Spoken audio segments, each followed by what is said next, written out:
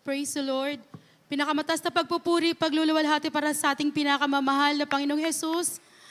Dobling paggalang at sa pag-alala sa turo at aral ng ating beloved parents in the Lord, beloved Honorable Pastor Estrada Almeda, and beloved Assistant Pastor Lina C. Almeda, at sa lahat po ng mga beloved children, at sa inyo po lahat mga minamahal. Sariwain ko po ang mga pagpapala ng mahal na Panginoong Jesus. Gusto ko po pasalamatan ng mahal na Panginoong Jesus sa kanyang mga pagpapala sa akin. Hallelujah, praise the Lord. Mga minamahal, na-save po ako dahil napakagulo po ng buhay namin noon. Maraming salamat sa mahal na Panginoon dahil natagpuan ko siya. Meron pong ginamit na nag-share sa akin. Hallelujah, praise the Lord. Thank you so much, dear Jesus. Mga minamahal, tulad din po ng iba, naging baguhan din po ako na dyan sa harapan na nakikinig po sa mga nagpatotoo dito sa pulpito. Ako po'y namamanga sa kanila mga patotoo na mga himala. Ngunit ako'y natatakot kung mangyari din sa akin yung mga patotoo nila na kamanga-manga na ginawa ng mahal na Panginoon sa kanilang buhay. Sabi ko, wala, nakakatakot naman. Pero totoo pala talaga na buhay ang Diyos dito sa Jesus Miracle Crusade. Alam niyo mga minamahalo ng himala, marami pong himala ang mahal na Panginoon, ngunit maikli na po yung oras kaya tatlong patotoo po yung ipapasalamatan ko sa mahal na Panginoon. Yung pasasalamatan ko po sa mahal na Panginoon, yung nanggaling po ako ng probinsya po mga minamahal na nakasakay po ako sa bus mga minamahal na dyan po ako bumaba sa dako ng Muñoz.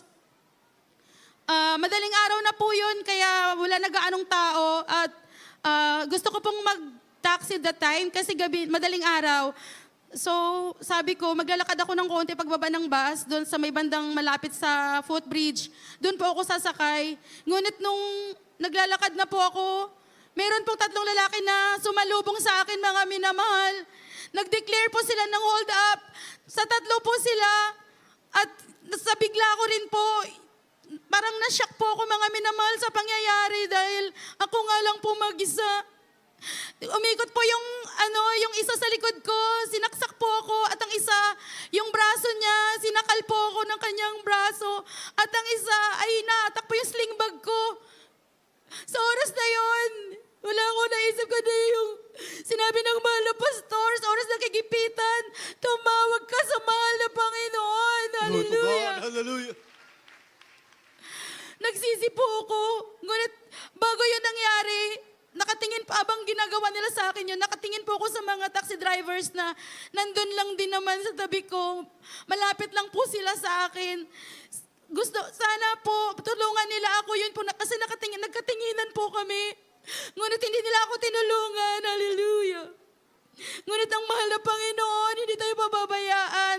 Sa panahon na yun, napakalakas po ng tatlong hold-upper na yan. Kinaladkad po ako sa gitna ng kalsada kasi sa gilid nga po ako. Hanggang sa kakahatak ng sling bag ko, hinatak hanggang sa patumba na po ako sa gitna ng kalsada sa lakas po nila. Tapos naisip ko po, magsisimal na Panginoon, matawarin na po ako ano mga kasalanan ko. Sumigaw po ako, in Jesus' name, hallelujah. Tapos sigaw ko pong gano'n, sabi ng hold upper, pre, takbo na tayo! Tumakbo sila mga minamahal, hallelujah. Praise the Lord. Ako naman po ay nakadapa sa gitna ng kalsada, kahabagan ng malapin, wala pong dumaan na bus. Alam niyo mga minamahal, yung mga taxi drivers na yun na nanonood sa akin, sila rin po yung nagdampot ng mga gamit ko na nagliparan po yun dahil sa bigla po ng paghatak sa akin at sabay dapa po ako sa gitna. Tapos, nagsusorry sila. Sabi, pinatayo po nila ako dahil nga po nga, samay po na ng pagkabagsak ko. Sabi niya, ma'am, sorry po talaga, hindi ka namin tinulungan. Kasi teritoryo ng hold-upper dito, kami po yung pag-iinitan. Sabi ko, okay lang po kasi hinigatan po ako ng mahal na Panginoong Jesus. Hallelujah. Sabi niya kasi, ma'am, kagabi, merong babae dito na hinold up, inaagaw po yung kanyang shoulder bag, ayaw niya po ibigay, kaya sinaksak po siya sa leeg. Buti po hindi po kayo sinaktan ng hold upper. Tapos sabi niya, baka may sugat kayo? Sabi ko, Ngayon, kinapakap ako yung katawan ko, wala po akong sugat. Sabi niya, mami, nawala po ba sa inyo? Tinignan ko yung dalawang cellphone ko tsaka yung wallet, nandyan lang, intact po siya. Sabi ko, wala po. Hallelujah. Thank you so much, Lord Jesus. Naririnig niya po ako na nag-hallelujah in Jesus' name po ako dahil bilang tao, mga minamahal ang pangangatog ko, terribly po yung panginginig ko. Takot na takot po ako sa pangyayari na first time ko po ma-hold up ng ganun. 3 pa sila. At mga minamahal, sabi niya sa akin, grabe reward sa ng Panginoon mo, ma'am, kasi wala pong nangyari sa iyong masama. Sabi ko, hindi po yan paintulutan ng aking mahal na Panginoon. Member po ako ng Jesus Miracle Crusade. Hallelujah, praise the Lord. Kaya yung tinaksin, doon na lang po ko sa taxi niya sumakay, natip po ako sabay, nagpatutuo po ako sa kanya tungkol sa mga himala ng mahal na Panginoong Jesus. Then share ko rin po sa inyo mga minamahal sa paglilingkod sa mahal na Panginoon. Minsan may mga pagsubok, dumanas din po ako na nagkasakit po ako. Hinayaan ko lang po yung kasi akala ko normal lang po yun na mag-prolong po yung monthly period po at napakalakas po ng blood na lumalabas sa akin. Akala ko nga po, mahinto lang siya talaga pag gusto niyang huminto. Ngunit sa sobrang tagal at napakaraming blood na lumalabas sa akin, tuloy-tuloy na po ako ng hina, umabot na po ng ilang buwan hanggang umabot na po ng taon. Ang nangyari po, hindi na po ako nakakalakad, nakakadalo.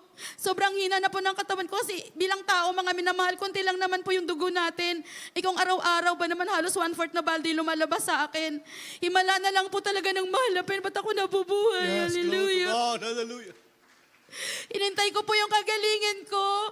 Sabi ko, mahal na Panginoon, nakakapunta ako sa mga krusada mo. Nakikita ko lahat ng mga himala, kahit mga wala na silang pag-asang gumaling. Ngunit sila'y pinapagaling mo. Ako rin, mahal na Panginoon, anak mo rin, diba? Pagagalingin mo rin ako, diba? Hallelujah. Nagtiwala ako sa mahal na Panginoon. Hindi po ako niyan kaagad gumaling. Ang mga minamahal, may isang kaibigan na nagpayo sa akin na magpa-check up ako sa doktor para malaman kung ano po yung karamdaman ko. Para malaman lang po.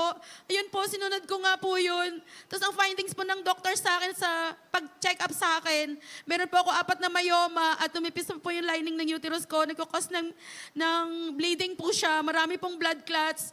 Kaya po, tuloy-tuloy po yung bleeding ko. Tapos gusto ng doktor po, magpa-confine po ako at sasalinan po ako ng 2 bag na dugo. Dahil sa sobrang putla ko na. Inalam ko lang po yung karamdaman ko. Tapos, dahil hindi na po ako nakakadalo, mga ilang buwan po hindi ako nakakadalo. Alam mo nga, minamahal, sabi ko, baka kukunin na ako ng mahal na Panginoon. Isang Sunday po yun, sabi ko, mahal na Panginoon, parang nag-aagaw na po yung hininga ko. Araw ng Sunday ngayon, na-miss ko na mag-uniform. Mahal na Panginoon, mag-uniform ako, dadalo ako sa mga magawain. Kung kukunin mo ako ngayon, kung yun yung kalooban mo, okay lang. Basta nasa gawain mo ako. Alam niya, mga minamahal, nag-taxi po ako noon. Pagdating ko sa banal na gawain, gumaan po yung pakiramdam ko. Hallelujah. Then after the service, mga minamahal, marami po sa mga beloved Finance Choir member po, nag-alalay po sa akin dahil yung paghakbang po ng aking paa, halos hindi po yan makahakbang. Sobrang bagal ko po makarating sa aking pupuntahan. Inalalayan po ako para makarating po sa tent ng beloved pastor. Magpapalayans po ako. Sa sobrang bagal ko po, mahal na pastor, paalis na nasa loob na siya ng car. Sinabihan na lang po ako na sa bintana na lang po ako. Hawak na lang daw po ako sa braso ng mahal na pastor. Yumuko po ako, namawak sa braso ng mahal na pastor. Nag-pray po ako, mahal na Panginoon.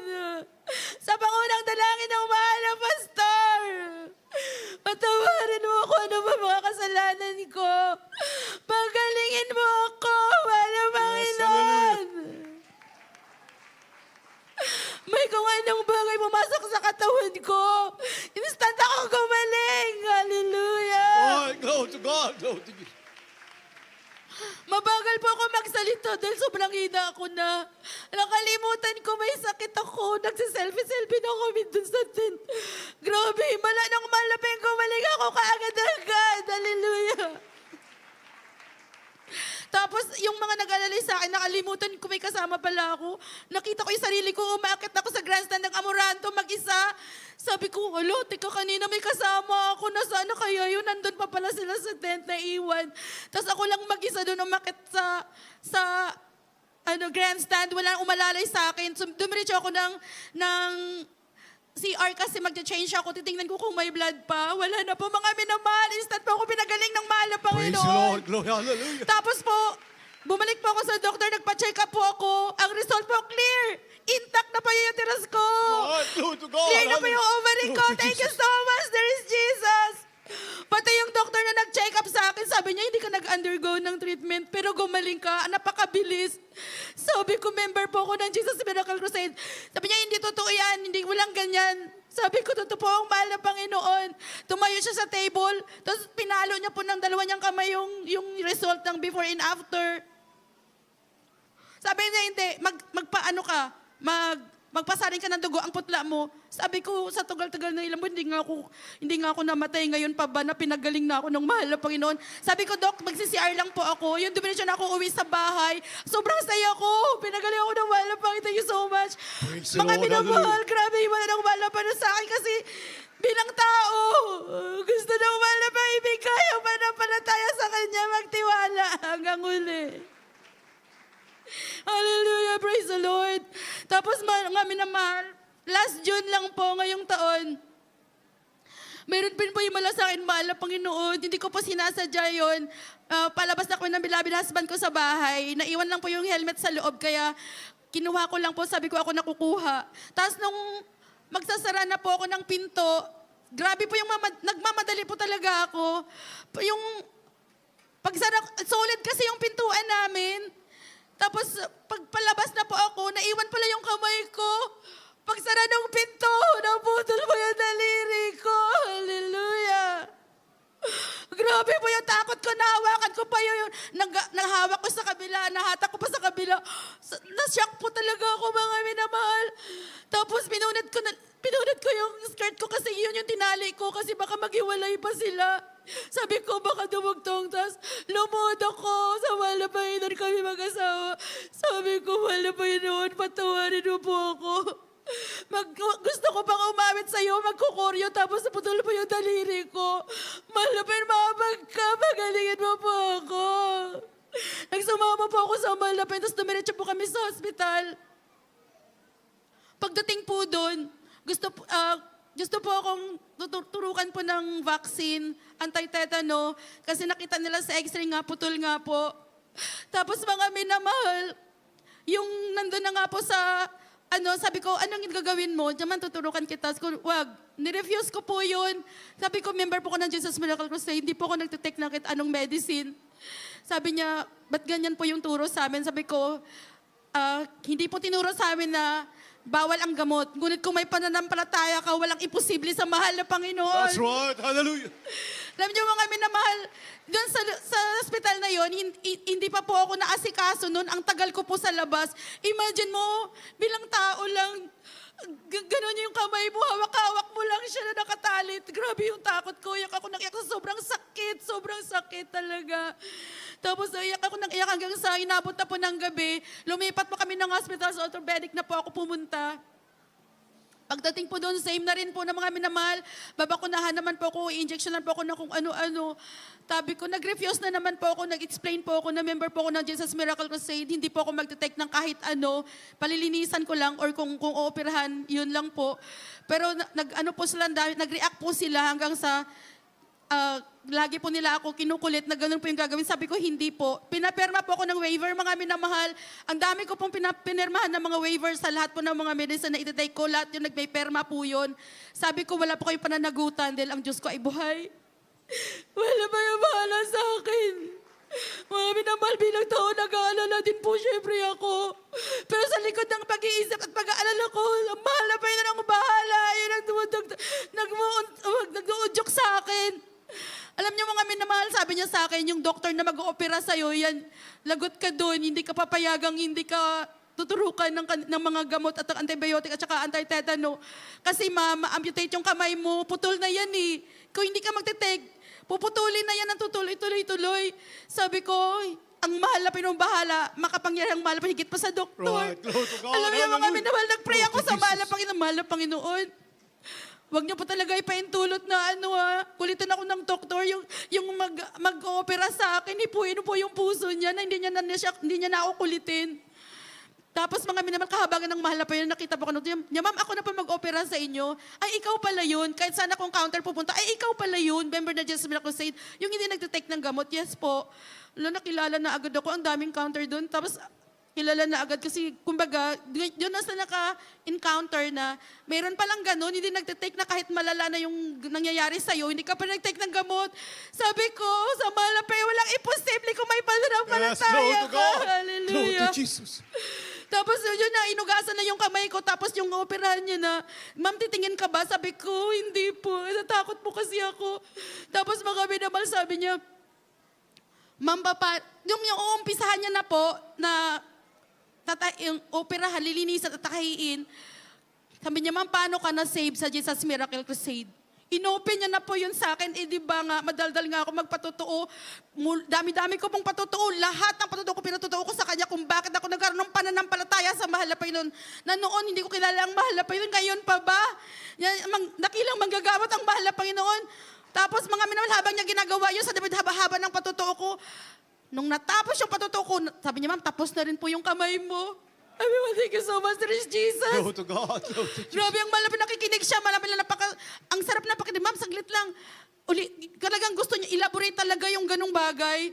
Doktor yun, mga minamahal. Ngunit kakaiba ang himala. Ay, kakaiba yung doktor natin, ang mahal na Panginoong Right, Jesus. amen. Glory to Kaya God. sabi ko, Dok, Hallelujah. kaya meron ako pananampalataya dahil totoo ang mahal na Panginoon. Hallelujah. Mga minamahal, dumugtong na mo yung daliri ko. Pinagaling na pa ako ng mahal na Panginoon. Hallelujah. Thank you so much, there is Jesus. Thank you so much sa Himala. We glorify Thy name, there is Jesus. Ang pinakamatas na pagpupuri, pagluluwalhati para sa iyo lamang, mahal na Panginoong Jesus. Hallelujah. Praise the Lord. Praise the Lord. Oh, glory to God. Everybody say, praise the Lord.